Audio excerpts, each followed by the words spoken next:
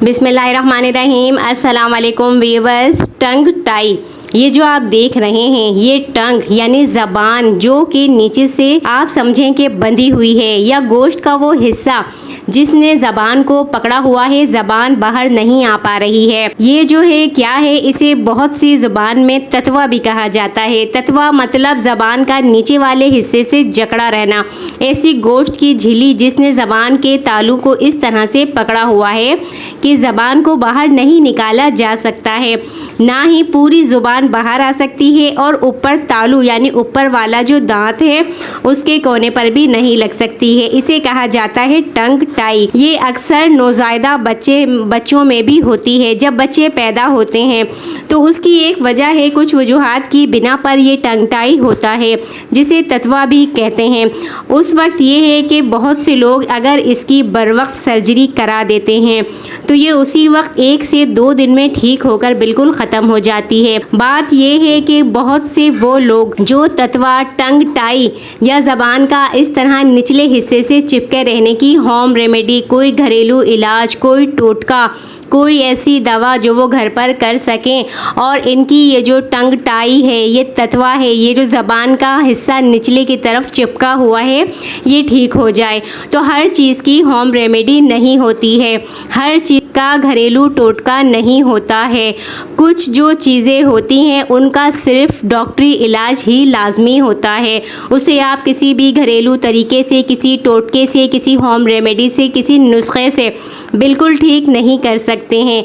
तो इस टाइप की जो चीज़ें होती हैं, ये जो आप देख रहे हैं टंग टाई, इसको आप सिर्फ सर्जरी के ज़रिए ही ख़त्म कर सकते हैं।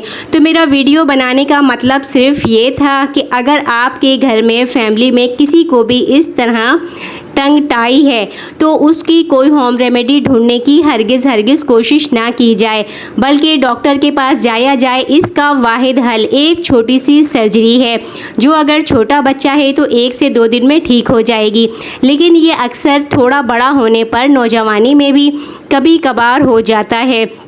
अगर बड़ा होने पर भी ये हो गया है, छोटी उम्र में ये इतना मामूली होगा कि पता नहीं चलता, लेकिन अक्सर बड़े होने पर ये थोड़ा वाज़ेह होके नज़र आता है और बिल्कुल बच्चों का तो कुछ बहुत ही ज़्यादा होता है। भी इसकी सिर्फ एक छोटी सी सर्जरी ही मुमकिन है जिससे ये ठीक हो पाएगा।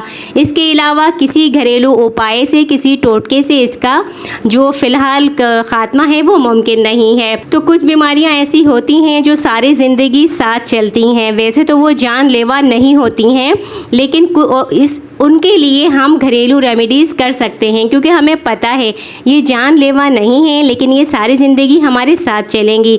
अगर हम उनको मैनेज करके चलते हैं, उनको टाइम देते हैं, उनको समझ लेते हैं तो हमारे लिए आसानी हो जाती है। लेकिन कुछ बीमारियां ऐसी हैं जिनका सिर्फ़ और सिर्फ इलाज ही करना है। ऑपरेशन है तो ऑपरेशन ही होगा। तो अगर कोई ऐसी संगीन अलामात आपको कुछ दिखें तो उनको हरगिज़ होम रेमेडीज़ के ज़रिए करने की कोशिश ना की जाए, बल्कि उनको डॉक्टर को दिखाया जाए, टेस्ट कराए जाएं, जो उसका ज़रूरी इलाज है वो किया जाए। और होम रेमेडीज़ तब तक काम करती हैं जब तक छोटी मोटी कैफियत हो, नॉर्मल कैफियत हो। बहुत ज़्यादा शिद्दत अगर आ चुकी हो तो घर में इलाज हो ही नहीं सकता है।